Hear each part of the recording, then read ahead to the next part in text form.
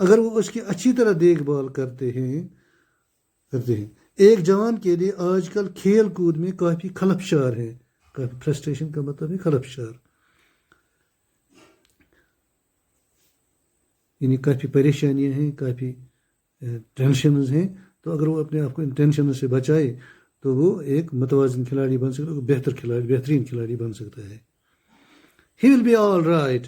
He is with the best team in the country. اب جب بولتا ہے وہ پوری طرح ٹھیک رہے گا، وہ ملک کی سب سے اچھی ٹیم میں ہے، یعنی وہ اچھی ٹیم، ملک کی سب سے اچھی ٹیم کی طرف سے کھیلتا ہے. He is very young yet. اب اس کا والد بول رہے ہیں ابھی وہ بہت چھوٹا ہے. He is older than I am. اب صوفی بولتے ہیں کہ وہ عمر میں وہ مجھ سے چھوٹا ہے. Too young really for the first team. ان کے والد اب کہتے ہیں اول نمبر کی ٹیم کے لیے سچ مچ، یعنی پہلے نمبر کی ٹیم کے لیے سچ مچ وہ بہت چھوٹا ہے. You can't argue with that sort of ability. اب جیب بولتا ہے آپ اس قسم کی صلاحیت کے خلاف دلیل نہیں دے سکتے، یعنی بحث نہیں کر سکتے، دلیل نہیں دے سکتے. He is going to buy a shop, Sophie said from the table. وہ ایک دکان خریدنے کے بارے میں سوچ رہا ہے، یہ صوفی نے اپنے میز پر بیٹھتے ہوئے کہا. Her father grimaced. Where did you hear that? اس کے والد نے منہ بنایا، یعنی اس کو یہ صوفی کی یہ بات پسند نہیں آئی اور اس نے اپنا منہ بنایا اور صوفی سے پوچھا تم نے یہ کہاں سنا ہے، یعنی یہ بات آپ نے کہاں سنی کہ وہ ایک دکان خرید رہا ہے. He told me so. اب صوفی بول رہے ہیں اسی نے مجھے ایسا بتایا کہ وہ ایک دکان خرید رہا ہے. He muttered something inaudible and dragged himself around in his chair. اس نے، یعنی صوفی اور جیف کے والد نے دبے لفظوں میں کچھ بڑبڑایا، یعنی اپنے آپ سے ہی کچھ باتیں کی جو دوسرے نے نہیں سنی. یعنی یہ صوفی کے اس بات کے ری ایکشن میں کہ اس نے مجھے بتایا کہ وہ دکان خرید رہا ہے، اسی کی ری ایکشن میں اس نے کچھ دبے لفظوں میں کچھ بڑبڑایا اور اپنے آپ کو کرسی میں گھسیٹ لیا، یعنی گھسیٹ کر اپنے آپ کو کرسی میں گھسیٹ لیا اور دوسری طرف وہ کرسی میں بیٹھ گیا اور کہا، صوفی سے کہتا ہے دس another of your wild stories. یہ بھی تمہاری من گڑت کہانیوں میں سے ایک ہے. یعنی یہاں ہمیں پتہ چلتا ہے کہ جو صوفی کا باپ ہے اس کو پتہ ہے کہ اس کی بیٹی دن میں خواب دیکھتی ہے اور کچھ ایسی باتیں بناتی ہے جن کا حقیقت سے کوئی تعلق نہیں ہوتا ہے. یعنی وہ ایسی کہانیاں بناتی ہے جو من گڑت ہوتی ہیں، جن پر اعتبار کرنا ٹھیک بات نہیں ہے. اس لیے وہ اپنے بیٹی سے کہتی ہے کہ یہ بھی تمہاری من گڑت کہانیوں میں سے ایک ہے، یعنی یہ بھی تمہارے دماغ کی بنائی ہوئی کہانی ہے. اب اس کو بھروسہ ہو گیا تھا کہ یہ من گڑت کہانیاں بناتی ہے. She met him in the arcade, Jeff said, and told him how it had been. وہ اسے محراب دار گلی میں ملا تھا، جیف نے کہا، اور اپنے والد سے سارا واقعہ بیان کیا. یعنی اس نے اپنے والد کو وہ پوری کہانی بتائی جو صوفی نے اسے ڈینی کیسی کے بارے میں بتایا تھا. One of these days you are going to talk yourself into a load of trouble, her father said aggressively. اسی طرح سے کسی دن تم ایسی باتیں کر کے خود کو بڑی مصیبت میں ڈال دو گے، اس کے والد نے جارحانہ انداز میں کہا. یعنی اس نے بڑے غصیلے انداز میں، بڑے جارحانہ طریقے سے اپنی بیٹی سے کہا، صوفی سے کہا کہ ایسی باتیں تم بناتی ہو اور اس طرح کی باتیں تمہیں کسی دن بہت بڑی مصیبت میں ڈال دیں گی اور اپنے آپ کو ایسے مصیبت میں مت ڈالا کرو. یہ نصیحت کرتا ہے وہ اپنی بیٹی کو. Jeff knows it is true, don't you Jeff? اب صوفی نے اپنے والد سے کہا، اس نے اپنے والد کو جارحانہ انداز دیکھا تو اس اپنی صفائی میں کہا جیف کو معلوم ہے کہ یہ بات سچ ہے نا جیف؟ یعنی وہ جیف سے اقرار کرانا چاہتی تھی کہ جو کچھ اس نے بولا ہے وہ سچ ہے. He don't believe you though he would like to. اب اس کے والد نے اسے کہا وہ تم پر اعتبار نہیں کرے گا اگرچہ وہ کرنا چاہے گا.